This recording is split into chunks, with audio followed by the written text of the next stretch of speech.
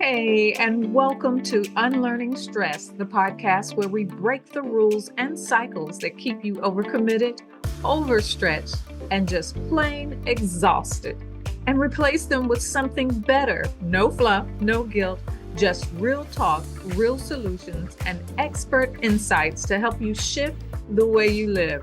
Whether you're here for the first time or you've been with me for a while, you're in the right place. I'm Mischelle O'Neal, your resident emotional wellness coach, and I'm here to help you unlearn the patterns that are wearing you down so you can live with more ease, clarity, and control. Let's get to it.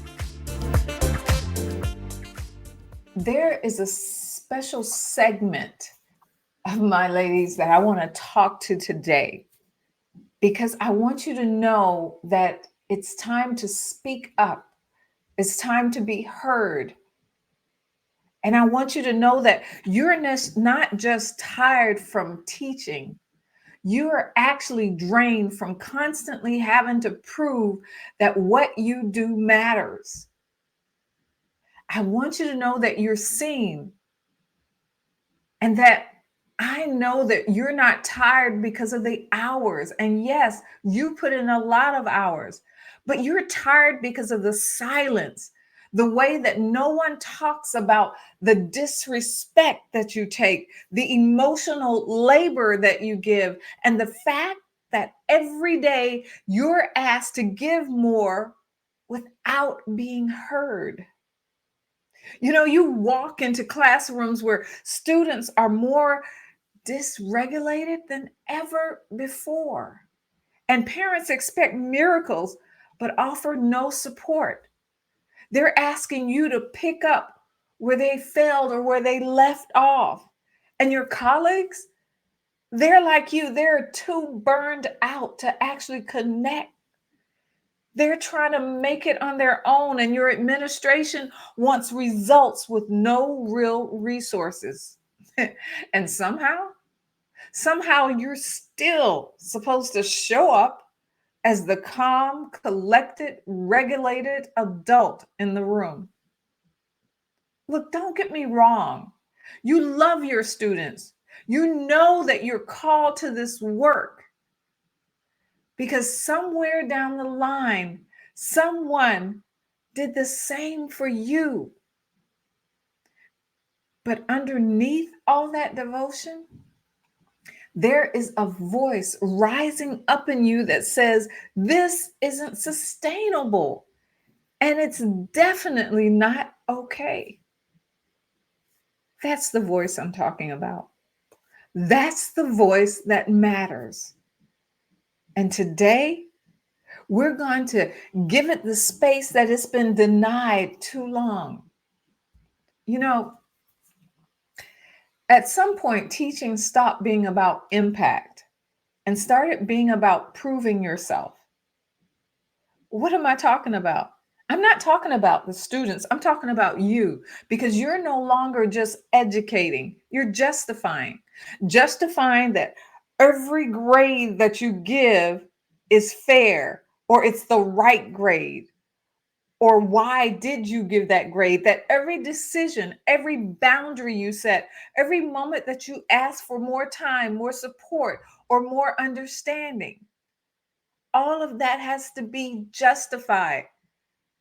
And it's wild because you're the expert in the room, but yet you're asked to justify your decisions. And the thing is, you are the one that is constantly being questioned. You have to write out detailed notes to explain why this student isn't passing. Not because it helps anyone grow, but because you know that you're being challenged and you have to cover your behind. You're being challenged by a parent, an admin, sometimes even the students themselves. So you over document and over explain and over prepare. So you are covering yourself, not because it makes you better at what you do, but because the trust is gone and the system doesn't trust you. And you're expected to be okay with that. You You went into this work to teach, to give back, to make a difference, to guide, to shape minds. But instead, you've actually become a crisis manager, a behavior de escalator, and a scapegoat when any part of that machine breaks down. So, in reality, most of the time, you're not just managing a classroom, you're actually managing trauma. You're managing kids who haven't been taught emotional regulation and kids who haven't been taught respect because no one had time or the capacity or the consistency to teach them. And because they have to come to school, you're the one consistent thing in their life. And the hardest part is you can't say any of that out loud because if you do, you're unprofessional. You're not in it for the right reasons, right? You're the problem. So instead of speaking that truth that you know, you write another email. You adjust another expectation. You nod when you want to actually scream. You carry it, that burden, because nobody else will. But just because you can doesn't mean that you should. And every time you explain one more thing that should be obvious, you're not just justifying the job, you're justifying your own humanity, your right to be here. And that's really where the real exhaustion begins. There's a kind of exhaustion that comes from not being able to say what you really feel. I know you know what I'm talking about. When you feel that scream just rise up in your throat like bile and you have to swallow it down. Not because you don't know the words, but because you train yourself not to say them, to walk into the school building every day, already bracing for the noise, the chaos, and the tension, already bracing to hold everyone else's emotional temperature so that nobody loses it. Because if you don't, who else will? You feel it every day rising, that frustration, the grief, the quiet fury of how much you've had to normalize just to do your job. And it's not normal, but you just don't say anything. You don't speak it. You smile. You go into professional mode, air quotes, and you check yourself because that's what we were taught. Don't make waves. Don't seem too emotional. Don't get labeled. And what you start to realize sometimes without even knowing it is that you've been made to swallow the truth. And swallowing that truth becomes a skill set. You've turned suppression into making it. But here's what no one is really talking about. No one's talking about that unspoken frustration.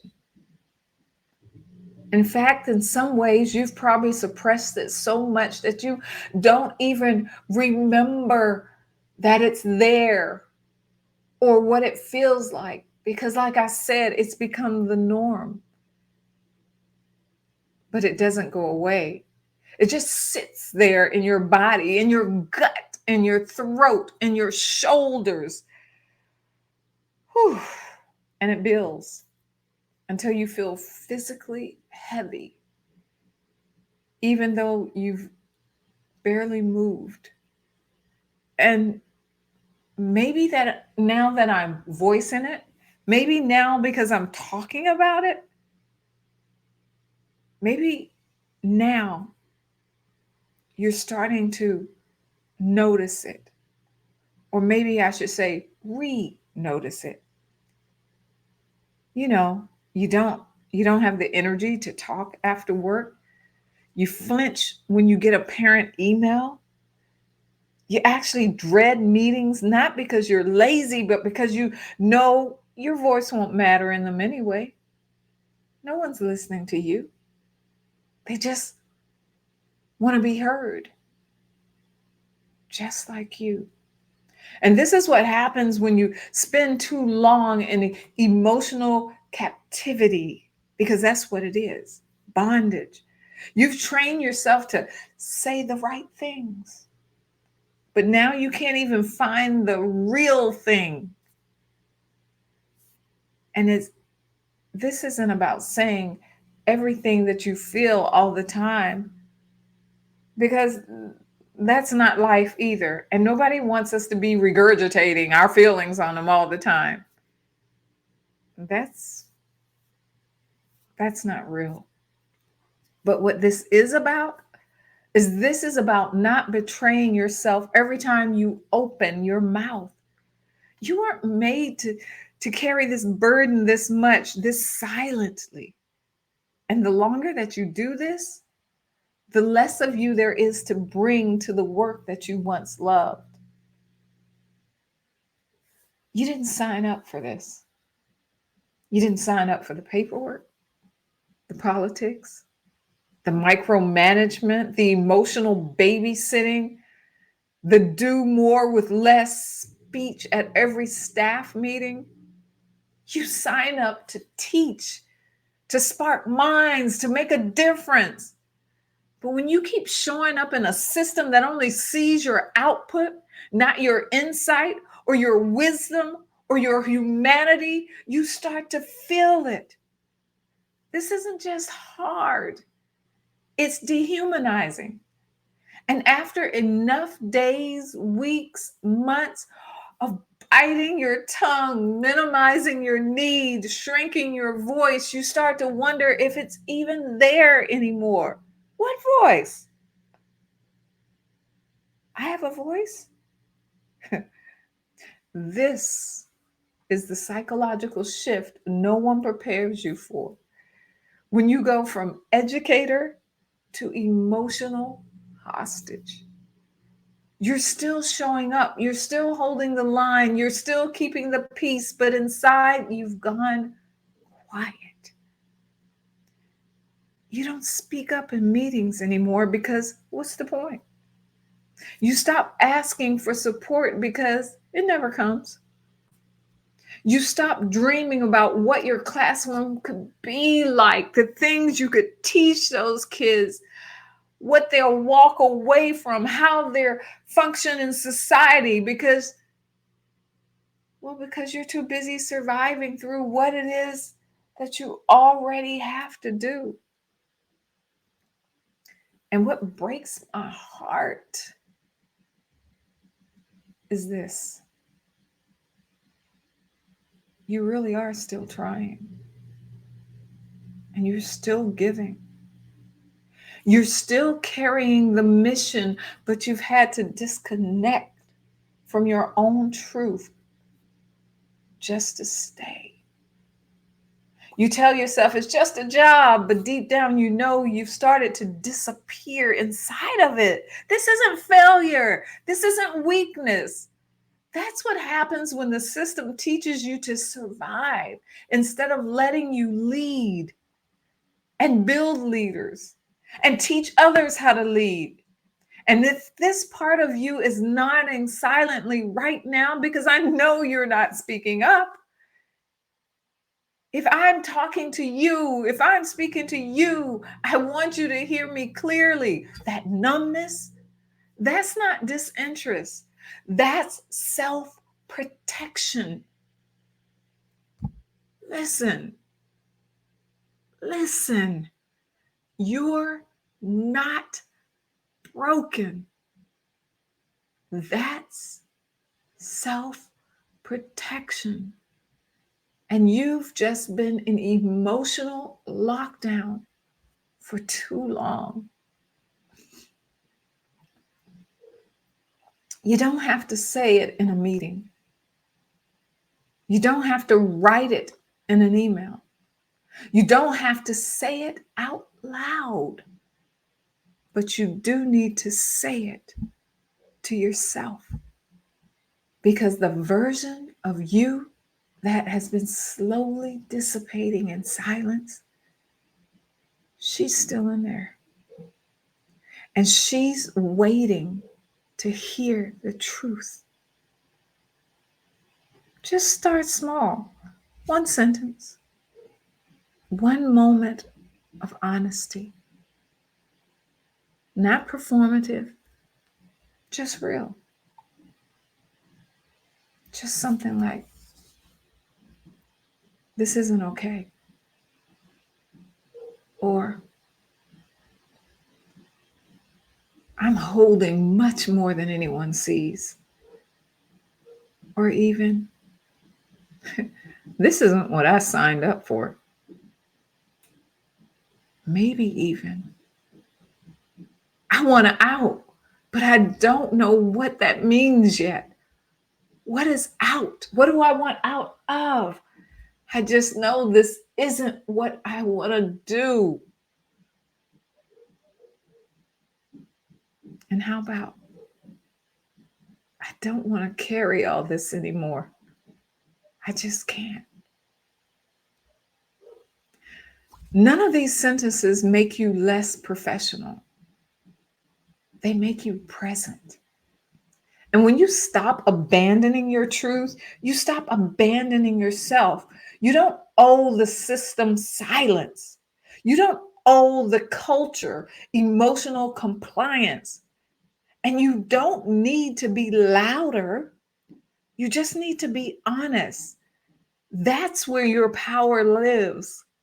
That's where your clarity starts coming back, because sometimes the most radical thing that you can do is hear your own voice before anyone else does. You do not need a permission slip to feel what you feel. And you don't need to collapse to realize that you've had enough. You're not here to just survive for this system. You're here to lead and to do that leading from truth. And that starts with one sentence only you can say to yourself. If no one says this to you yet, I will. What you're carrying is not normal. It's not good. And your exhaustion, it isn't weakness, it's evidence. It's evidence of how much you've held. It's evidence of how long you stayed quiet. It's evidence of how deeply you've tried to make this work, even when it was breaking you. You're not failing. You are functioning in a culture that doesn't recognize the weight it's put on you. So let's stop pretending that it's just stress. This is systematic. This is emotional, and it's personal. Here's your reflection for this week. I really want to leave this with you. And I want you to think, where have you gone silent? Not because you agree, but because you thought it was safer than telling the truth. Write it down. Say it out loud. Because your clarity doesn't come from doing more. It comes from finally letting your voice re-enter the room. And look, if you're ready to do more than just sit in this space, if you want to finally understand what your nervous system has been trying to tell you all along, then what I really want to do is I want to invite you this week, April 17th, to a free workshop. And I think it's important for you to be there. The workshop is Stress Isn't the Problem, it's the symptom. And I think we need to talk about this. So I want you to join me, because this isn't just a workshop. It's a reclamation. And I'd love to see you there. Until then, hope to see you. Take care. And look, I want to say this. I am so proud of you for making it this far.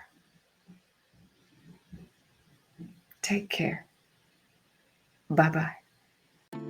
If this episode hits home, don't just push it aside. Lean into it. Subscribe so you don't miss what's next. And connect with me on YouTube, LinkedIn, and Substack, where we go even deeper. Links will be in the comments. And if you're ready to start unlearning the patterns that keep you stuck, keep listening, because real change happens one choice at a time. I'll see you next time. Take care. Bye-bye.